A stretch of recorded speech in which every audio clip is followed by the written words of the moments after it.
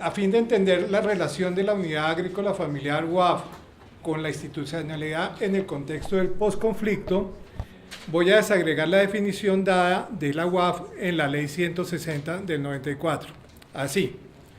Entonces, la UAF cumple con lo dispuesto en el artículo 65 de la Constitución Política de Colombia de 1991 respecto a que la producción de alimentos y materias primas de origen agropecuario gozará de especial protección del Estado, ya que la UAF es una empresa básica de producción agrícola, pecuaria, acuícola y forestal. Entonces vemos que hay concordancia. Atiende los condicionamientos físicos de extensión conforme a las condiciones agroecológicas de la zona. Sí se aplica la recomendación del uso de suelos según la aptitud definida por la Unidad de Planificación Rural Agropecuaria, o sea, la UPRA. Ahora, la UAF, como demandante de tecnología adecuada a sus actividades, obliga a que el Estado promueva la investigación y la transferencia de tecnología, para lo cual se cuenta con la gestión de Corpoica y los Centros Nacionales de Investigación, estos últimos con el aporte de los fondos parafiscales administrados por los gremios. Con el apoyo del sector financiero, permite a la familia remunerar su trabajo y disponer de un excedente capitalizable que coadyuve a la formación de su patrimonio. Asimismo, el generar excedentes mediante el incremento de su productividad es una condición que le permite hacer uso del crédito como una herramienta para el financiamiento de las actividades productivas a desarrollar al interior de la UAF.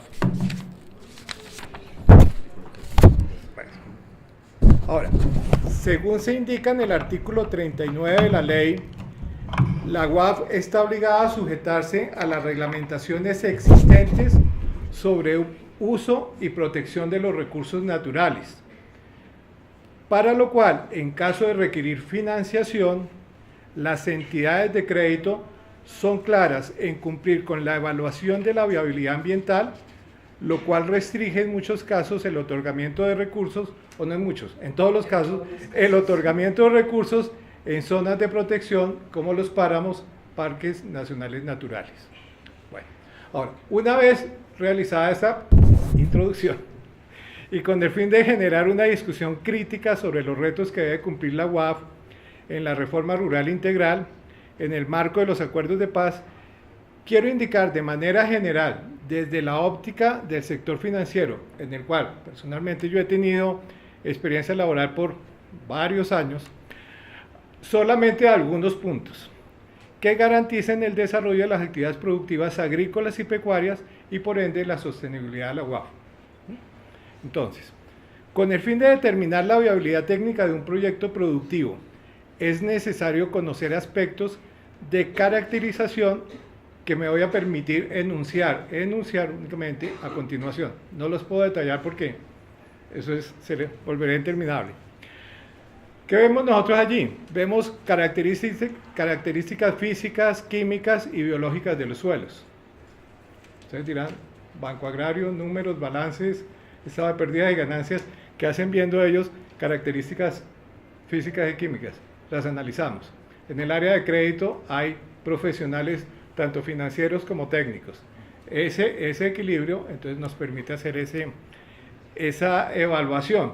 Bueno, pues obviamente tenemos que tener en cuenta las actividades productivas, la aptitud de la UPRA, la vocación, la tradición en el uso de los suelos, censo, si es necesario aplicar fertilización, correctivos, hacer obras de adecuación, en fin.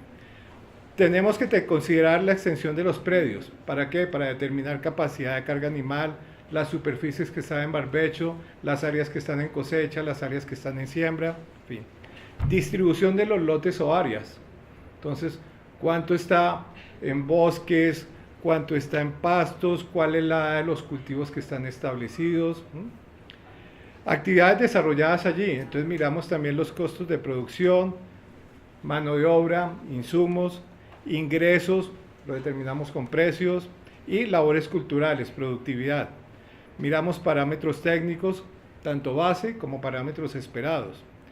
Costos de producción, tanto de establecimiento como de sostenimiento de esos cultivos. También la inversión, compra de animales, sostenimiento de esos animales.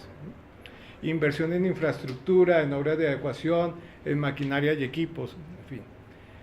Topografía del terreno, se debe mecanizar simplemente el sistema tradicional de preparación de los suelos, cuáles son las actividades productivas que se manejan, los sistemas de riego, tipos de riego, para evitar precisamente el deterioro de los suelos. Entonces, pendientes, pues uno dice, buenísimo porque viene el agua y no tengo que hacer ningún proceso mecánico, pero pues seguramente me está lavando suelos, se está erosionando, entonces también tenemos que ser, puede que no restrictivos ni prohibitivos, pero sí tenemos que ser responsables en la gestión de esos recursos.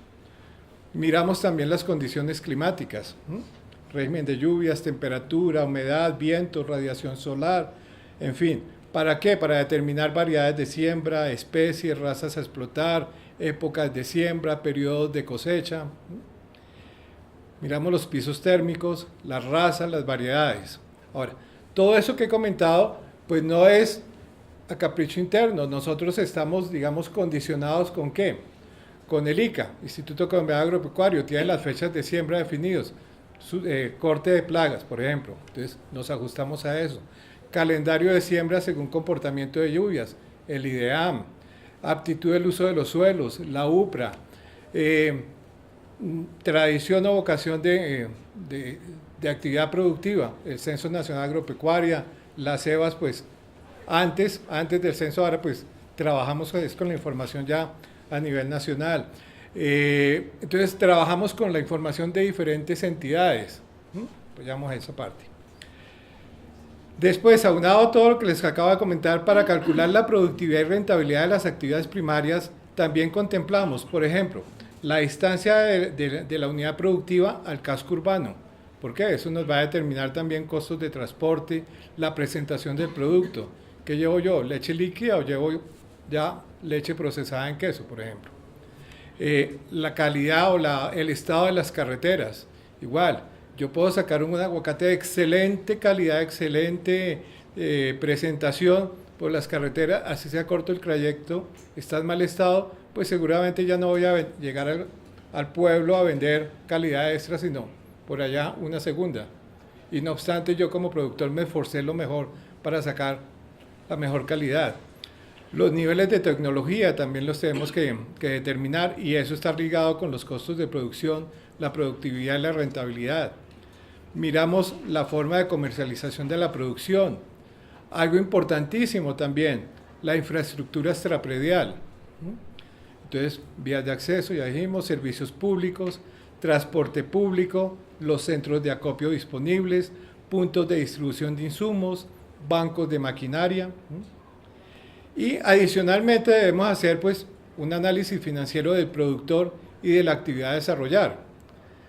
Y para esto, ¿qué necesitamos nosotros? Pues, por ejemplo, considerar el valor de la tierra. Eso nos permite hacer una clasificación del tipo de productor. Y ahí no vamos a hablar si son campesinos, indígenas, no. Es simplemente para determinar unos beneficios especiales que pueda tener el productor por cobertura, por plazos, por tasa de interés, por unos porcentajes de beneficio, digamos, con el famoso ICR. Es básicamente para eso. No es para ser excluyente, sino todo lo contrario, pensando en esas poblaciones, darles un mayor beneficio. Miramos la estructura financiera, entonces, experiencia en la actividad, el respaldo patrimonial, la capacidad de endeudamiento que pueda tener, el flujo de caja proyectado. Miramos el nivel de bancarización, o sea, la trayectoria crediticia que tiene esa persona. Comportamiento crediticio, los hábitos de pago. La capacidad de generar ingresos y excedentes para el ahorro, tanto por su experiencia como por la actividad productiva desarrollada, la actividad productiva que vaya a desarrollar con la financiación que se entregue. Clasificamos el tipo de productor, ya les dije, para efectos financieros, según esos programas o líneas que tengamos. De otra parte, es importantísimo tener claro que nosotros debemos contemplar el conocimiento del sujeto de crédito con base en las políticas que define la Superintendencia Financiera y que están siempre plasmadas en el Sistema de Administración del Riesgo de Crédito, o SAR, de todas las entidades financieras.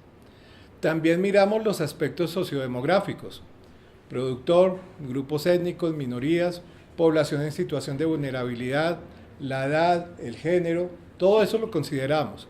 La ubicación, donde está sector urbano, sector rural, el nivel educativo, las necesidades básicas insatisfechas de la familia. Y obviamente pues tenemos todo nuestro portafolio de servicios y de productos financieros, ajustándonos a las líneas de financiación o herramientas de apoyo al crédito, como puede ser el seguro agrícola, el fondo agropecuario de garantías, el incentivo a la capitalización rural. Ahora, respecto a la segunda pregunta que hacen allí, que se refiere a la articulación de la institucionalidad en el ordenamiento productivo en el nuevo contexto, consideramos que sí es posible lograrla, y para lo cual las entidades que definen la política pública deben ser las garantes de ese proceso y coordinar para que cada organización, con su cumplimiento misional, su experiencia, la información que poseen, tanto de tipo económico, cartográfica, social y técnica, y a su vez la presencia local, coadyuven en todo el proceso. Ahora, antes de dar unas pequeñas conclusiones, voy a, si me permiten, hacer una mención particular del trabajo que desarrollamos nosotros al interior de Banco Agrario de Colombia. Allí hace 5 años, por un decreto reglamentario del Ministerio de Agricultura, se creó un área que se llama la Gerencia Técnica Agropecuaria. Allí hay 2 grupos, uno que es comercial, que es el que apoya, hace la gestión gremial, y otro, el grupo técnico económico, que hacemos investigación. Nosotros obviamente nos apoyamos en investigación de otras fuentes primarias. Pero ahora a la hora del almuerzo, la compañera del Ministerio de Ambiente, la doctora Córdoba, me decía que alguien en la UPRA le decía que los directores debían tener muy claro hasta dónde podía llegar o no la frontera agrícola. Un director técnico de Fonseca. Eso, de Fonseca. Y yo le decía, pues precisamente nosotros, parte de lo que hacemos allí en el banco, curiosamente, es eso. Nosotros, de forma respetuosa y obviamente dando los créditos a todo mundo allí que tenemos, nosotros tenemos la información cartográfica del IGAC, toda la visión político-administrativa del país, tenemos los mapas de la UPRA, de la vocación, la aptitud del uso de los suelos. ¿Por qué tenemos todo eso? Porque eso está público, está en internet y somos todos entidades públicas. Tenemos toda la información detallada del Censo Nacional Agropecuario. Tenemos todos los decretos con los cuales se han definido o ampliado los límites de los parques nacionales naturales con todas sus coordenadas geográficas. Y tenemos las coordenadas del Agustín Codazzi. Tenemos los mapas del Instituto de Alexander von Humboldt de Investigaciones. Entonces, ¿qué es lo que sucede? Que toda esa información se la transmitimos no solo a la red comercial, al área de crédito para la toma de decisiones, al área de riesgos, o sea, al interior del banco, toda la gente, pues, quisiera decir que está al 100% con conocimiento general del país, puede que no lo estén, pero el esfuerzo nuestro es llegarles a ellos, porque es que el director no puede ser el vendedor de un crédito. El director de oficina tiene que ser el asesor, no solo comercial, asesor técnico, asesor financiero, asesor social, asesor económico de un productor. Es poderlos acompañar y llevarlos de la mano. Entonces, nosotros al interior del banco, no obstante el financiero, hacemos todo ese acompañamiento. Y ya a modo de conclusión, es decir que las UAF sí atienden con objetividad todos los puntos mencionados anteriormente, y con esto es posible hacer desarrollo y fomento del sector agropecuario por cuanto a través de la UAF se impulsa la producción en diferentes fases, se capitaliza el sector agropecuario, se incrementa el empleo, se generan economías de escala, se estimula la transferencia de tecnología, se contribuye a la seguridad alimentaria de la población urbana y rural, se promueve la distribución del ingreso, se suministra materia prima para la agroindustria, se fortalece el sector externo de la economía y además se mejoran las condiciones económicas y sociales del sector rural colombiano. Eso era el aporte que queríamos hacer, les agradezco muchísimo la atención.